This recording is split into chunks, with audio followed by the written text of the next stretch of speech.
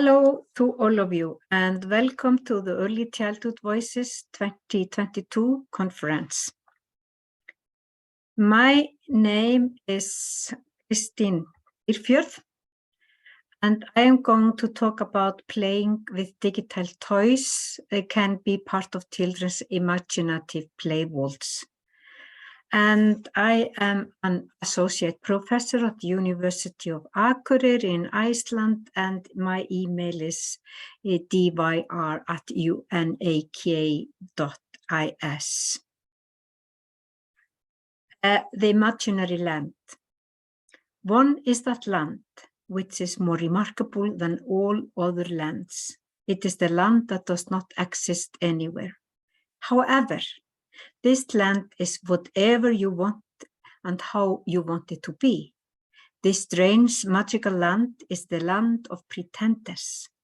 It is the pretenders who have found this land alone, occupied it and built it and rule the laws however they like. And they know so much that they can have the land wherever it may be. These words were written by an Icelandic author named Halldóra, it's a woman, Björnsson, and she was born 1907, and as she is describing the play world in her, she grew up on a farm in rural Iceland, and this is her play world during World War I, and I will refer to it again. Pretend play is very important, as we know, for all children. And according to Russian Wallace, pretend play gives children the opportunity to express different processes intellectually, emotionally, and socially. They point out that play is in a nature a creative phenomenon, where it is possible to see the creation in the moment it takes place. That imaginative or pretend play is important for development of creativity. What is more, in the land of pretenders, we see the creative process unfolding before our eyes, where sticks becomes a horse or a pile of dirt becomes a palace.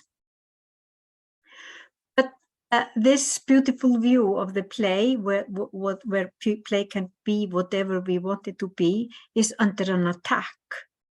We know that even though that the convention of the UN Children's Convention of the Right of the Children has a provision about play, it is not so easy everywhere. And in some part of the world, time for play is limited or reduced. And we also know that there are several indications that during COVID-19, COVID-19 had a negative impact on children's play and the children's right to play. And in many places, their opportunities and access to play with friends have decreased or been limited. And now even we are talking about taking away the time for play because we need more time for learning after the COVID. In some places. A manifestation of the decreasing emphasis on play can also be seen in studies that show that more is put into project works that is controlled and determined in all aspects by the preschool teacher and even mostly done by at tables. According to Vygotsky, play can be seen as the child's way of getting her wishes fulfilled. That in play, children face the desires and disappointments. In play, they try to do things they haven't mastered before or want to master.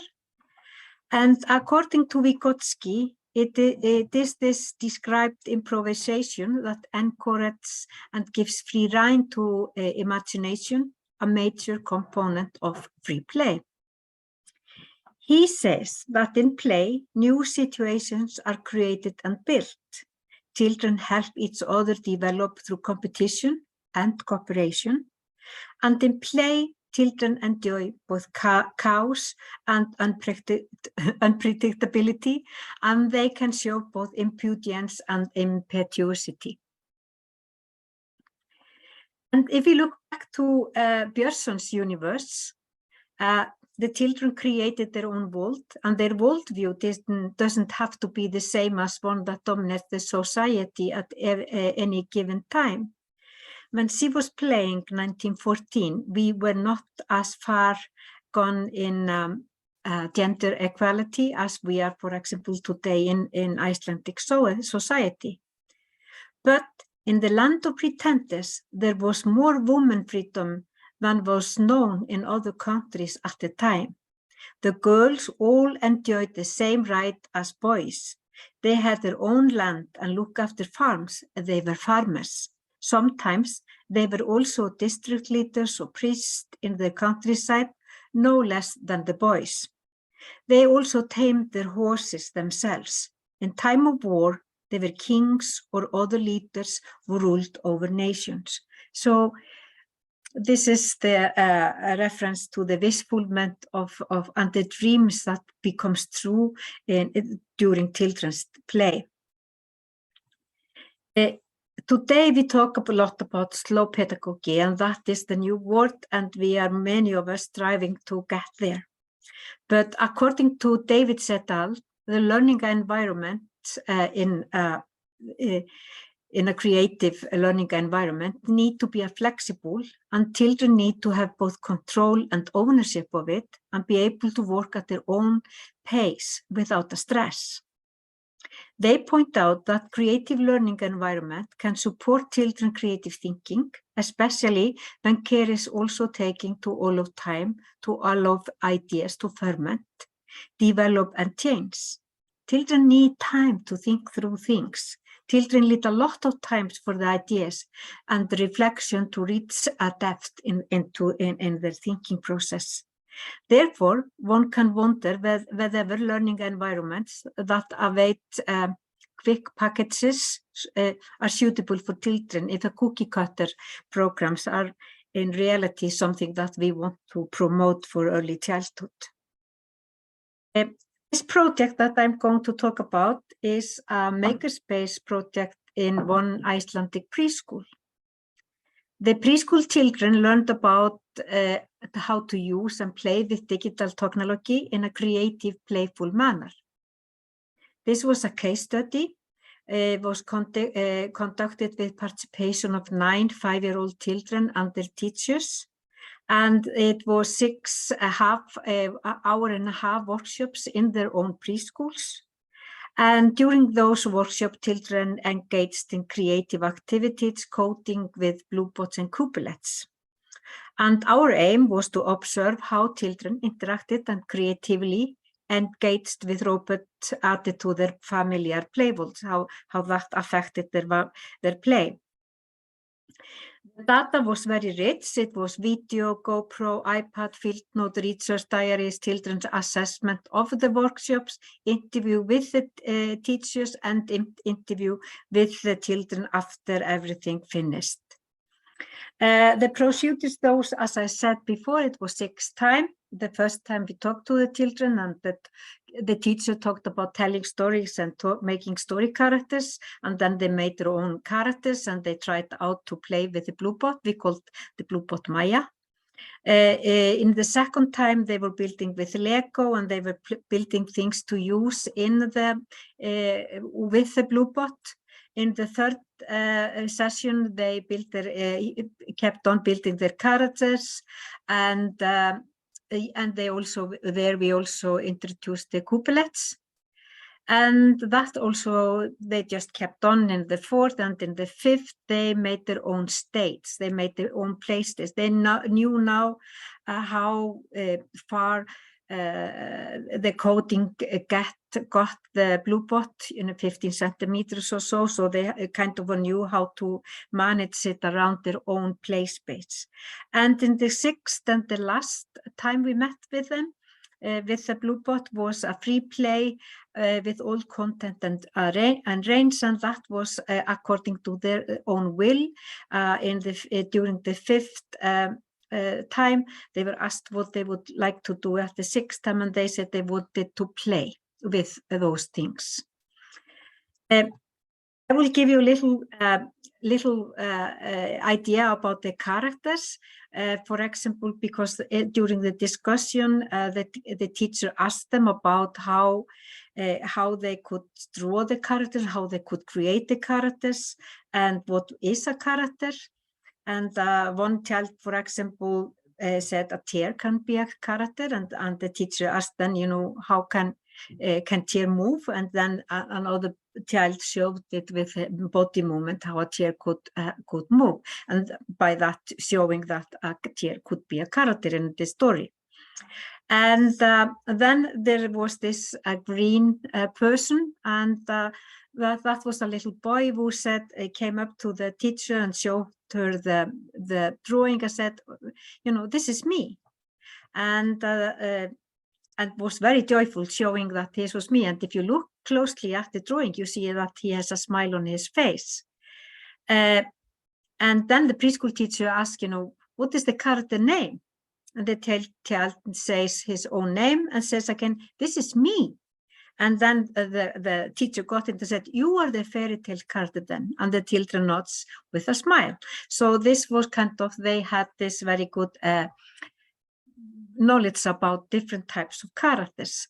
Also characters from those, also from this session, some of them were drawing superheroes, others were drawing animals, or some of them were drawing persons from a play in the theater. That's a very well-known Icelandic children's play, and very many of the children also had a reference to that visit to the theater. And here you can see this, the states, or one of the stages that the children made. We split them into group of 4 and 5, and then they kind of made, they were playing together. And this group made these states, and this project took place in a small village in Iceland. And in most villages, you have a swimming pool, a public swimming pool, you have a little forest, you have ice cream parlor, you have some shops, etc., etc. And all of those things you can find in this, on this stage. You can see the swimming pool, you can see a bridge between the swimming pool to the ice cream parlor, you can see all those and the forest. And now I will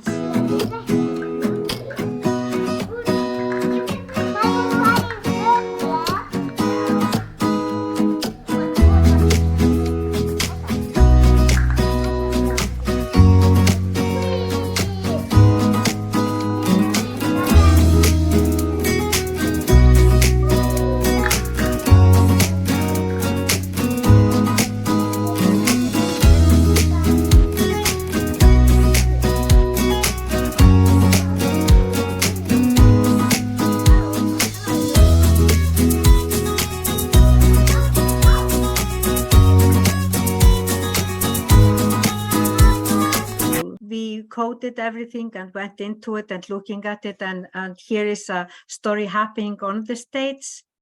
It's about the wolf, that the wolf can see through things in the forests, and they are explaining that this is a king, and then Sigga, as a girl, says these are the ones who protect her, the princess, from the wolf, and that is actually the blue bot.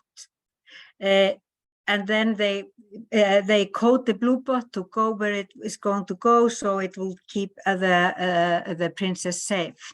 So this is kind of the things that and we had a lot of those small micro stories happening, which we and which they connected both to their own imagination, but also to their surrounding the society and known things that from example from books.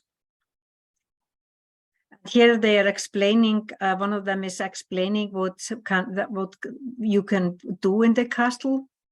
And they are, for example, talking about the swimming pool and sunbathing, which is very common at our Icelandic swimming pools. I will just go shortly to the conclusions. The children who participated in the study made the materials their own. They connected to their closest environment and daily life, such as going to a swimming pool, going into the woods, going out for a ice cream or for a lunch or something, playing outside in front of their parents' house. In other words, the play world they created is connected to their lives at home and in the kindergarten or preschool. And they created their own make-believe land, a pretend land.